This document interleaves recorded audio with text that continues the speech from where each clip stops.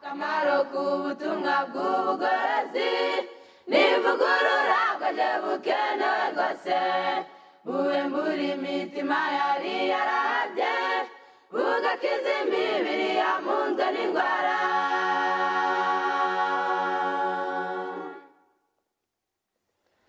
Akamaro k'ubutumwa bw'ubugorozi n'ivugurura bwaje bukenewe rwose ivugurura iyo rigeze mu mutima riga ibyaha byari byibasiye umuntu ubwo imibereho igahinduka misha hashingwa umushinga wo kunezeza abandi.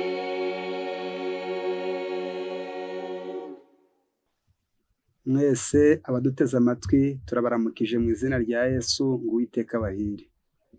Uwo mugiye gufatanya ijambo ry'Imana Umunyagisenyi Ngango, tugiye kwigira hamwe ijambo ritubwira ngo gutanga kuzana umugisha kuruta guhabwa. Reka tubanze dusenge Imana. Data wa twese uri mu ijuru, turagushimye cyane kubw'imbabazi zawe nyinshi n'urukundo rukomeye byabanye natwe, akaba tugihumeka, izina ryawe rihabwa icyubahiro. Tuje imbere yawe kubw'ubuntu bwawe bwinshi kuko utwemereye, tubabarira ibyaha byacu byose, duhe impano yo gukiranuka, duhe impano y'umwuka wera ku buntu, ngo amagambo yawe tugiye kuvuga abamwe imbaraga yawe ituma abayumva abagirira akamaro, kandi ushoboze n'abateze amatwi kubona ibyabagirira akamaro, nuduha gushyira mu bikorwa tuzashima izina ryawe. Ngaho turakwiragije muri byose, uduhe ibikwiriye mu izina rya Yesu Umwami wacu, amena. Nk'uko tumaze kubabwira mbere y'uko dusenga, twababwiye ko tugiye kwiga ijambo ritubwira ngo gutanga kuzana imigisha kuruta guhabwa.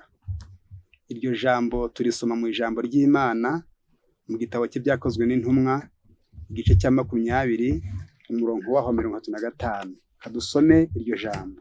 Nababereye icyitegererezo muri byose, yuko ariko nabo mukwiriye gukora umurimo ngo mubone uko mufasha abadakomeye, no kwibuka amagambo Umwami Yesu yavuze ati gutanga kuzana umugisha kuruta guhabwa. Muri iyi si umuntu arimo bitewe n'icyaha twanduye umwuka wo kwikunda gukomeye cyane, ku buryo umuntu azi yuko aba agize amahirwe akomeye iyo ahawe, ariko ntabwo dusobanukiwe neza yuko iyo umuntu atanze aribwo aba agize umugisha ukomeye. Nyamara ijambo ry'Imana ritubwiye yuko gutanga kuzana umugisha kuruta guhabwa. Birumvikana ko twe tuzi yuko umuntu aba agize umugisha bamuhaye, ariko hari igihe iyo umuntu abonye atanze byinshi watumva yagize umugisha, ariko burya ijambo ry'Imana ry'ukuri riravuze ngo gutanga kuzana umugisha kuruta guhabwa. Turabamenyesha yuko gutanga ari itegeko ry'Imana kandi ari ihame ry'imico y'Imana, ndetse niyo ya mbere yagaragaye yashohoje iryo hame, kuko biri mu gitabo cya Yohana 3:16 ahanditse amagambo avuga ngo kuko Imana yakunze abari mu isi cyane byatumye itanga umwana wayo w'ikinege kugira ngo umwizera wese atarimbuka ahubwo ahabwe ubugingo buhoraho. Imana yarakunze, ikunda abari mu isi urukundo rwinshi, maze itanga igiciro gikomeye cyane, itanga umwana wayo w'ikinege kugira ngo umwizera wese atarimbuka ahubwo ahabwe ubugingo buhoraho. Mu gitabo cy'Abakorinto ba 2 igice cya 8 umurongo wa 9, kadusome twumve uko Pawulo nawe yagaragaje aya magambo. Haranditse ngo kuko muzi ubuntu bw'Umwami wacu Yesu Kristo, uko yari umutunzi maze agahinduka umukene ku bwanyu, kugira ngo ubukene bwe budutungishe. Ibi turabisoma kuko ijambo ry'Imana ritwereka neza yuko gutanga ari impano y'Imana kandi ari umuco w'Imana. Niyo mpamvu mu ijambo ry'Imana hatubwiye yuko gutanga kuzana umugisha kuruta guhabwa. Mu gitabo cya Yesaya igice cya 53 turasoma umurongo waho wa 11. Haranditse hagira hati azabona ibituruka mu bise by'ubugingo bwe bimwishimishe bimuhaze, umugaragu wanjye ukiranuka azatuma benshi baheshwa gukiranuka no kumumenya, kandi azishyiraho gukiranirwa kwabo. Azabona ibituruka mu bise by'ubugingo bwe bimwishimishe bimuhaze, umugaragu wanjye ukiranuka azatuma benshi baheshwa gukiranuka no kumumenya, kandi azishyiraho gukiranirwa kwawo. Amagambo tugendere muri uyu murongo ni ijambo rivuze ngo azabona ibituruka mu bise by'ubugingo bwe, bimwishimishe kandi bimuhaze. Ijambo ry'Imana ritubwira neza yuko kugira ubuntu ari impano iva ku Mana, nk'uko biboneka mu gitabo cya Yakobo, aho yavuze ngo gutanga kwiza kose ni impano iva ku Mana. Gutanga kwiza kose ni impano iva ku Mana. Ka turebe ko uwo murongo twawubona nawo tuwusome. Iryo jambo riravuga ngo gutanga kwiza kose ni impano iva ku Mana. Ni igice cya mbere umurongo wa 17.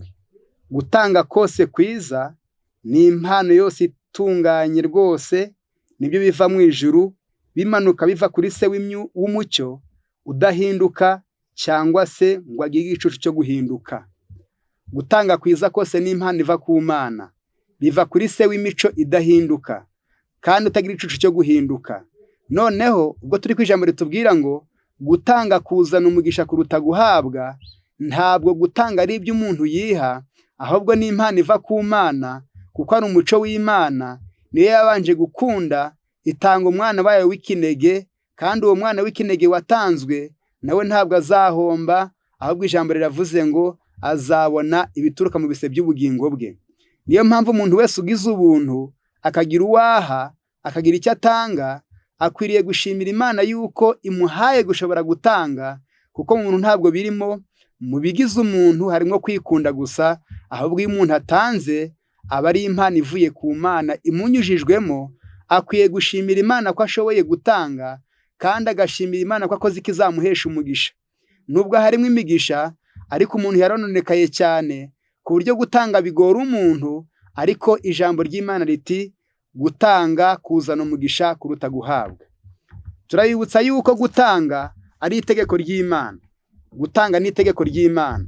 Mu gitabo cya Luka igice cya 6 umurongo wa 38 haranditse ngo mutange namwe muzahabwa urugero rwiza, rutsindagiye, rucugushije, rusesekaye, nibwo muzagererwamo namwe.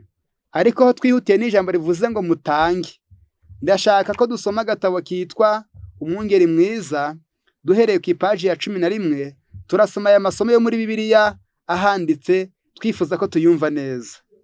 Mu gitabo cyo gutegeka kwa 2:15 umurongo wa 11 haranditse ngo kuko ntabwo abakene bazashyira muri mwe, nicyo gitumye ngutegeka nti ntuzabure kuramburira mwene wanyu w'umukene w'umworo uri mu gihugu cyanyu.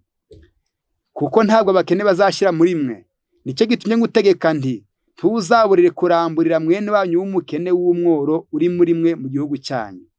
Na Yesu yavuze aya magambo mu gitabo cya Yohana 12:8 ngo abakene muri kumwe nabo iteka ryose. Mu gitabo nanone cyo kuva 22 umurongo wa 20 kugeza 23 haragira hati ntihakagira umupfakazi cyangwa imfubyi mubabaza, nugira icyo babaza na gato bakantakira, sinzabura kumva gutaka kwabo, uburakari bwanjye bukagurumana, kabicisha inkota, abagore banyu namwe bakaba abapfakazi, n'abana banyu bakaba imfubyi. Ijambo ry'Imana ryagaragaje neza yuko nitubura umutima w'impuhwe, tukabura imbabazi, natwe tuzumva uburyo umukene ababara, kuko Imana yishimira cyane ko tugirira imbabazi abakene. Ndetse mu gitabo cy'Abalewi igice cya 19 uhereye ku murongo wa 19 n'uwa 15 n'uwa 13 hatubwira yuko igihe umwisirayeli yari agiye gusarura, kuko bari ubwoko bw'Imana, yagombye gusarura byaba imyaka y'impeke, yaba ibinyamisogwe, byaba ari imbuto, ntasarure ngo amareyo. Yabaga ari ibinyampeke cyangwa ibinyamisogwe, yari ategetswe gusigayo ibihumbano, kandi ntasarure inkokora z'imirima, bya bindi byo mu nguni akabisigira abakene. Nanone usomye Gutegeka kwa 2:24-15 15 kugeza ndetse 15 umurongo wa 7 n'uwa 10, musomye icyo gice mwitonze neza, hatubwira neza yuko iyo babaga bari gusarura imbuto, bari bategetswe kunyeganyeza itunda rimwe, maze ibyeza bigahunguka, inshuro zindi zikazunguzwa n'abakene, kugira ngo bishimire ineza y'Imana Ibyo byose kwari ukwigisha ubwoko bw'Imana kugendera ku itegeko ryo kugirira ubuntu abakene. Ayo magambo rero aratugaragariza neza yuko ari ihame rya kera Imana yashinze ku bwoko bwayo ko bagomba kugirira imbabazi abakene. Mu gitabo cyitwa Ibihamya, umuzingo wa 2 paje 582 hari amagambo atubwira ati: umuntu wirengagiza kugira imbabazi, impuhwe no gukiranuka, uwirengagiza abakene, utazi amakene ya mwene muntu, ubabazwa, utagira ubugira neza n'urugwiro, aba yivukije gukorana n'Imana mu kuremwa kw'imico ye. Iyi mvugo yakagombye kwandikwa mu buryo bwimbitse mu mitima yacu, yandikishwa inyugute zidasiba nk'inyugute zanditse ku rutare. Gutungana kose kw'intekerezo n'umutima byoroha. Gutungana kose kw'intekerezo no gutungana k'umutima byoroha igihe tugiriye abagenzi bacu impuhwe zidusunikira gukoresha amahirwe yacu n'uburyo dufite ngo tubafashe mu mibabaro yabo. Kugerageza kwibonera no kwigundirira ibyacu uko dushoboye nibyo bituyobora mu butindi bw'umutima. Ariko ubutunzi bw'imico y'ijuru buri imbere y'abantu bose bakora umurimo Kristo yabashinze, bagakorera mu murongo w'abigishwa ba Kristo. Aya magambo atubwiye yuko umutima wo kutagira ubuntu usigingiza imico yacu. Kubona ubabaye, kubona ushonje, kubona uwambaye ubusa, kubona uwatindahaye, ntukabakabwe, ukamwihorera, ntumutekerezeho, yemwe hariho n'uwisabira, ntukabakabwe n'umutima, ngo nibyo bitera abantu benshi ubutindi bw'umutima. Ntabwo ari ubutindi bw'ibiryo, si ubutindi bw'imyenda, si ubutindi bw'inka, si ubutindi bw'imirima, si ubutindi bw'amafaranga, ahubwo ni ubutindi bw'umutima. Aho umuntu agira ubutindi bw'imico myiza akaba umunyamico mibi gusa, hagira ubutindi bwo kutanyurwa agahora kuma gusa. Nta kindi gitera iyo mico y'ubutindi, ni ukubona umuntu ubabaye, umuntu ushonje, ntukorwe ku mutima, nturambure ibiganza, ntugire icyo umumarira. Ikinyuranye n'ibyo ni uko amagambo y'Imana atubwiye yuko iyo umuntu agize umutima w'impuhwe akababarira abakene, agakabakabwa nabo, akagira icyo abakorera kubwo kubyutswa umutima ukanguwe n'impuhwe z'uko bamerewe nabi, ngo uwo muntu ajya atuma kuremwa kw'imico ye, koroha kw'intekerezo ze, n'uko umutima Yesu yari kugutunganya, kuba ugira umutima w'ubuntu ugafatanya nawe guha abakene, ngo bijya bituma kugutunganya byorohera Yesu. Noneho kugira umutima w'imbabazi, kubabarira abakene, umugisha wa mbere ukomeye cyane tubonyemo ni uko bitera uwo munyabuntu korohera Yesu mu gutunganya imico ye.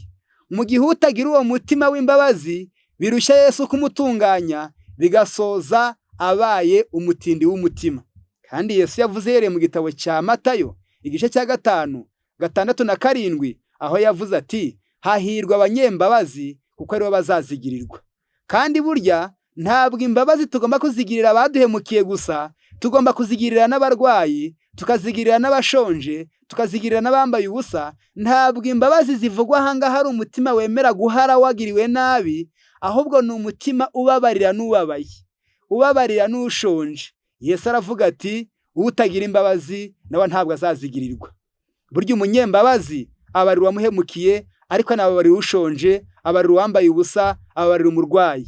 Ni ukuri ko iyo tugize umutima w'ubugugu udakabakabwa n'imibabaro y'abandi, Yesu biramugora cyane kuturema bushya. Ariko iyo tugira umutima w'imbabazi, turasomye ngo byorohera umukiza wacu gutunganya imitima yacu. Kugira imbabazi, impuhwe no gukiranuka, wirengagiza abakene, utazi amakene umuntu wirengagiza kugira imbabazi, impuhwe no gukiranuka, wirengagiza abakene, utazi amakene ya mwene muntu, ubabazwa, utagira ubugira neza n'urugwiro, aba yivukije gukorana n'Imana mu kuremwa kw'imico ye.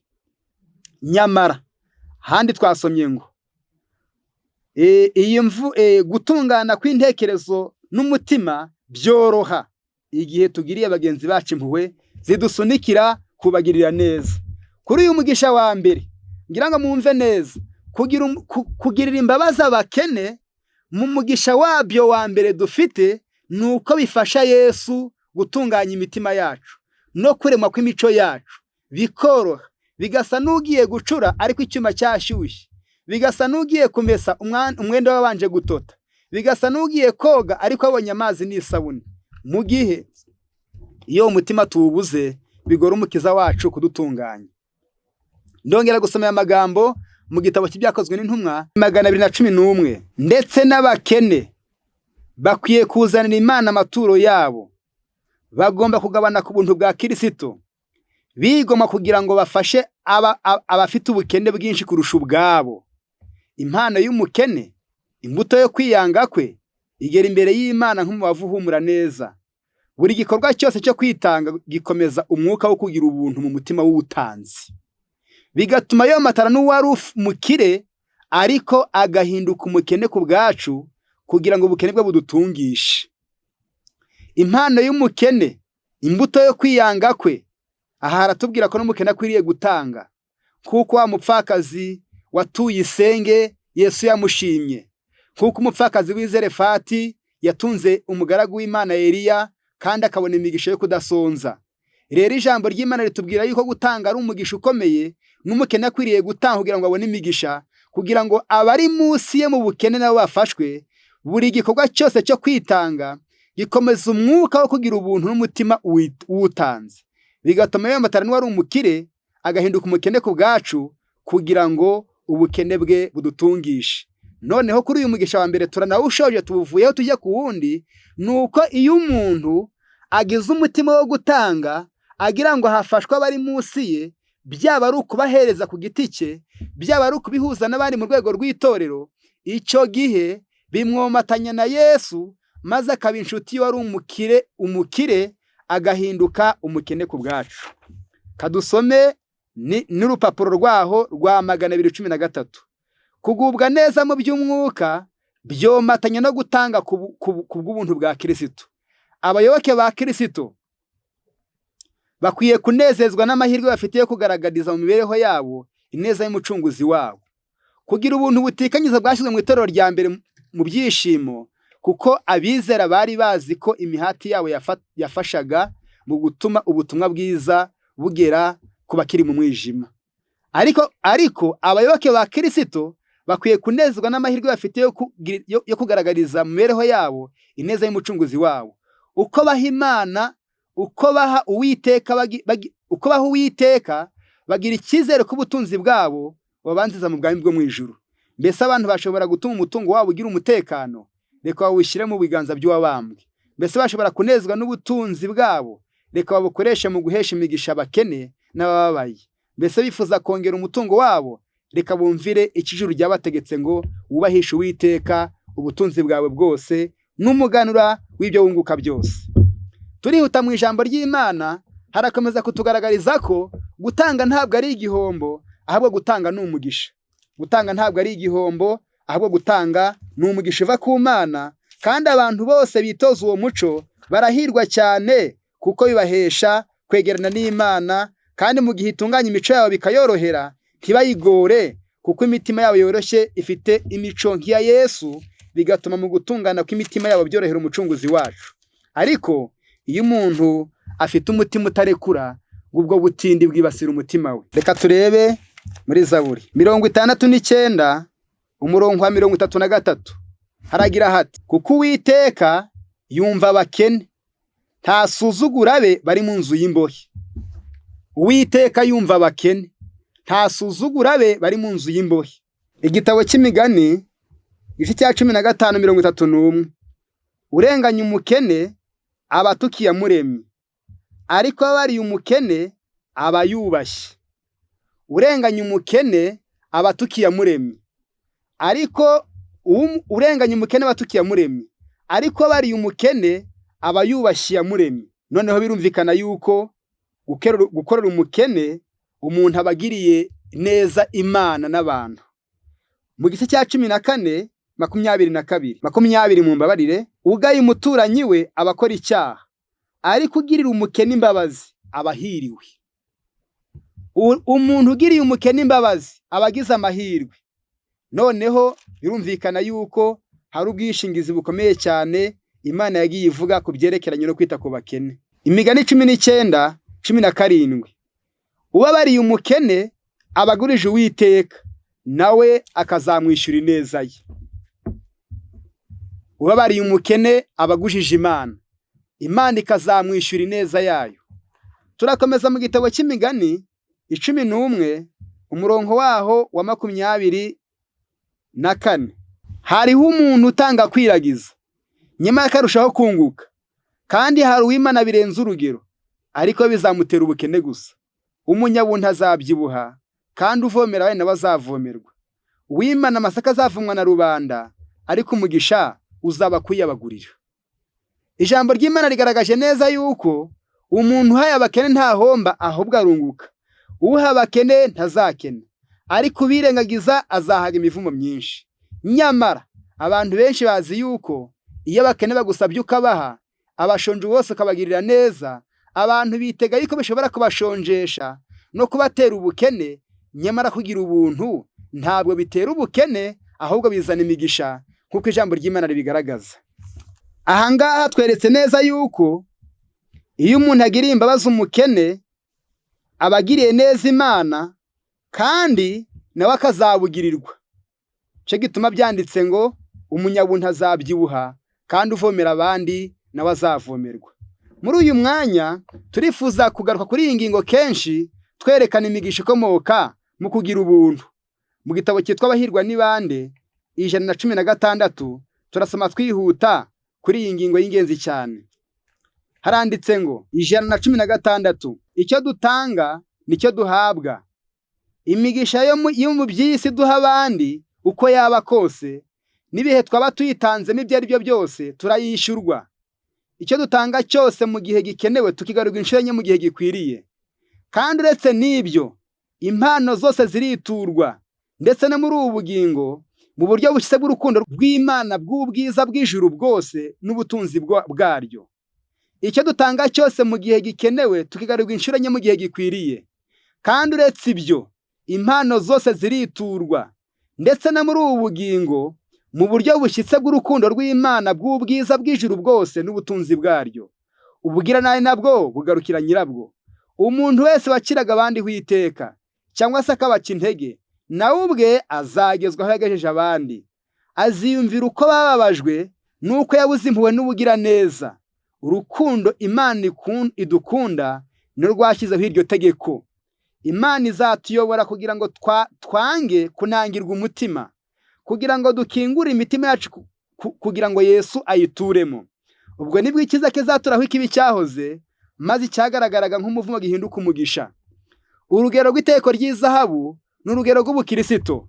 Bana b'Imana, hano hatubwiye yuko icyo dutanze cyose mu gihe gikwiriye, n'igihe uhaye umuntu ushonje, n'igihe uhaye uwaburaye, uwambaye ubusa, ugobotse umukene, umuhaye agafondasiyo, umuteye inkunga, uwufashije umurwayi, iyo igihe cyose umuntu atanze atari ukwishyura uwamusuye, bidatewe n'ikimenyane, ahubwo bitewe n'umutima ubyukijwe n'imbabazi nuko afite ubukene, icyo gihe iyo ubitanze ngo Imana irabyandika bikaba ideni ryayo, ukazabyishyurwa 4 ariko mu gihe gikwiriye.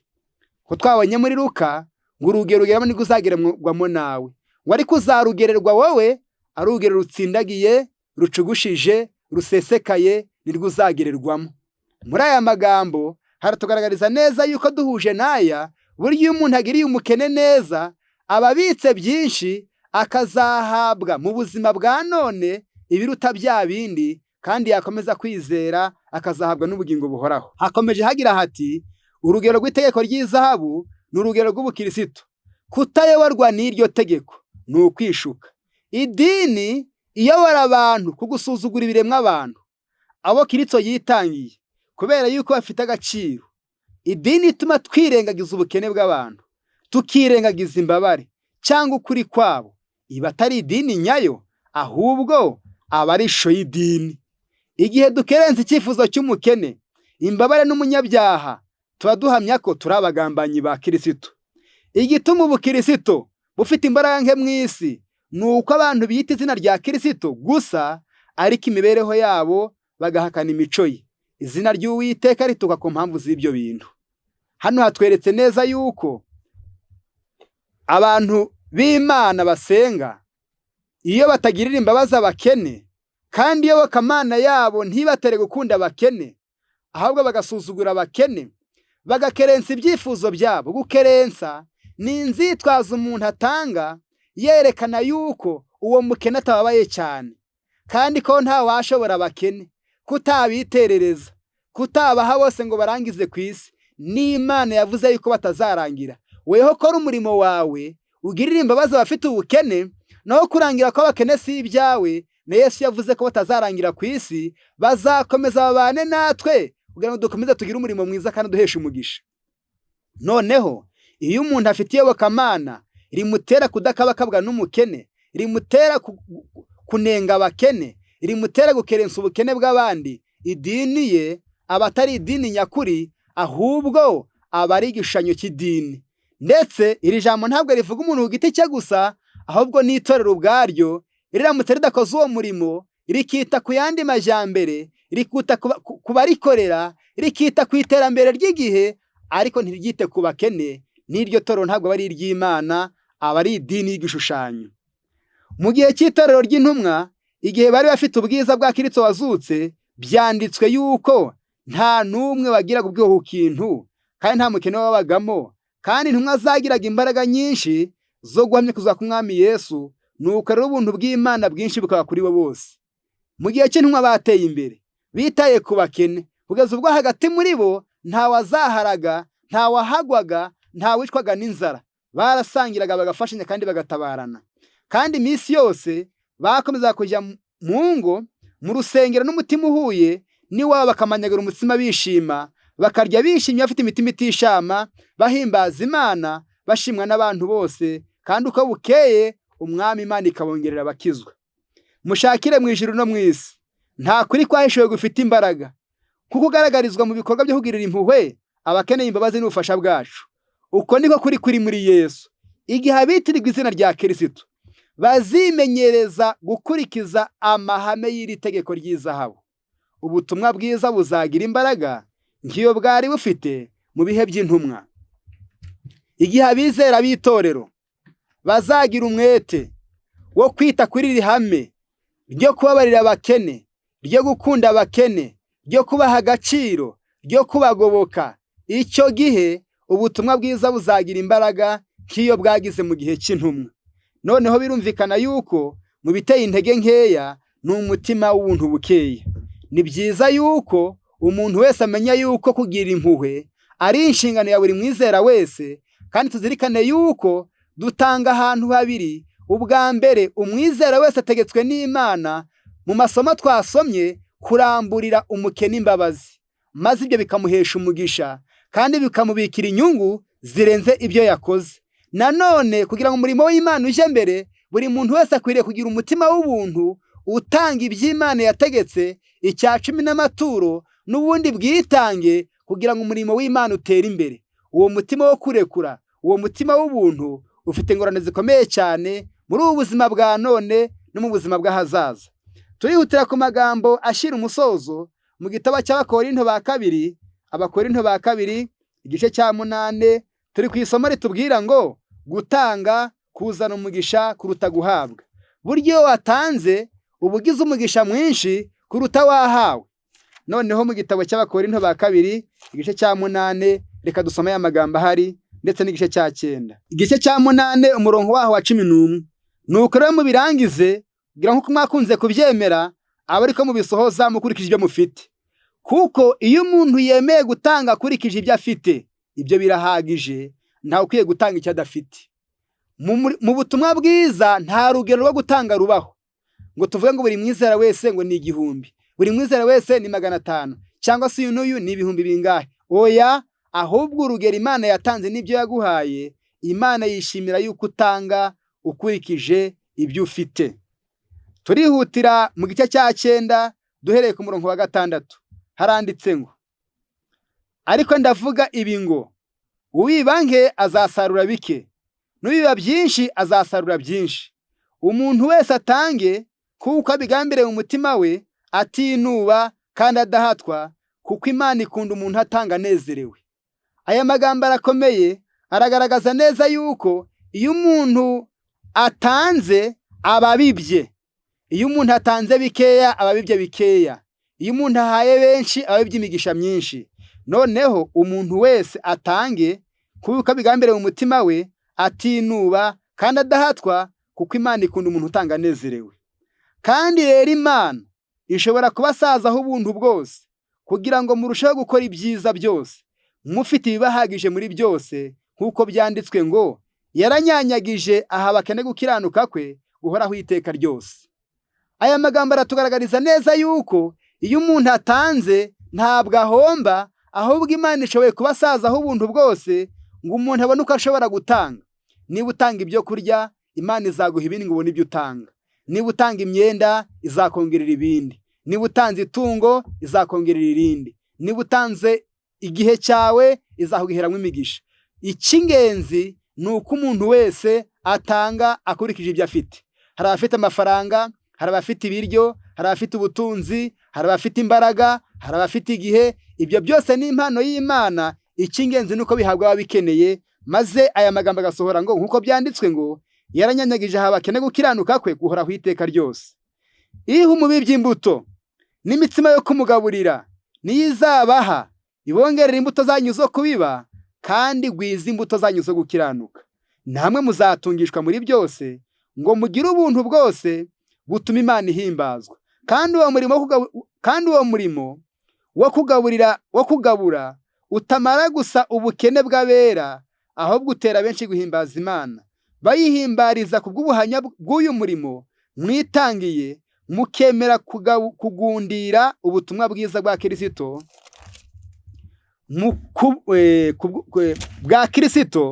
mukagira ubuntu bwinshi bwo kubafasha no gufasha abandi bose. Ku bw'ubuntu bw'Imana burushijeho kuba muri mwe, nicyo gituma babasabira no kubakunda cyane. Imana ishimirwa impano yayo nziza itarondoreka. Iyo abantu b'Imana bemeye gutanga, Imana yongera imbuto z'ibyo batanga, yongera imigisha batanga, kandi ikabongerera impano yo gukiranuka. Kandi uwo murimo ugira akamaro cyane, utuma abo mwahaye babakunda, ugatuma bashima Imana, ugatuma bayihimbaza, maze namwe Imana ikabishimira, ikabaha ubuntu bwayo, ikabuzuza, ikabaha gukiranuka, maze Imana igashimirwa impano yayo nziza itarondoreka.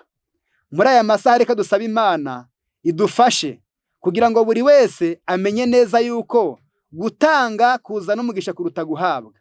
Hanyuma kubyiga aba ari byiza cyane, ariko ikirushaho kuba cyiza buri wese yishimire kugerageza, kugira ngo iri hame nirushyira mu bikorwa bizagushoboze kubona imigisha ikomoka mu kurisohoza.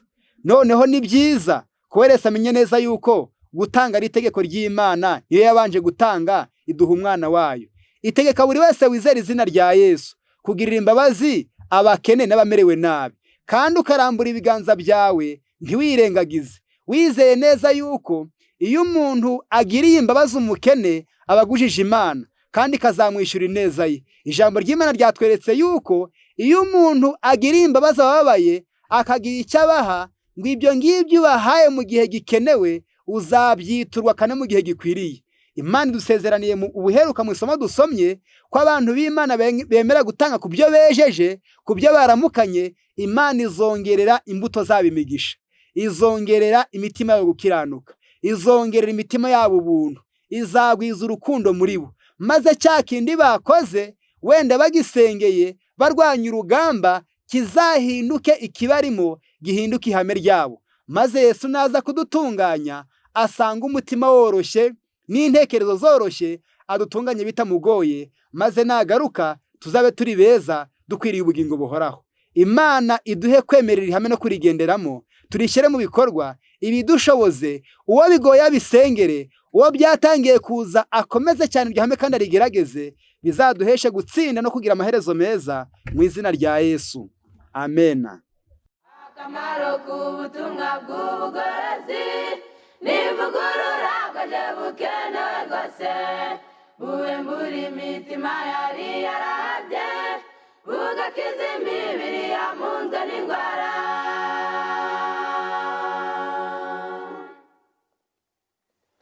akamaro k'ubutumwa bw'ubugorozi n'ivugurura bwaje bukenewe rwose. Ivugurura iyo rigeze mu mutima biga ibyaha byari byibasiye umuntu, ubwo imibereho igahinduka misha, hashingwa umushinga wo kunezeza abandi.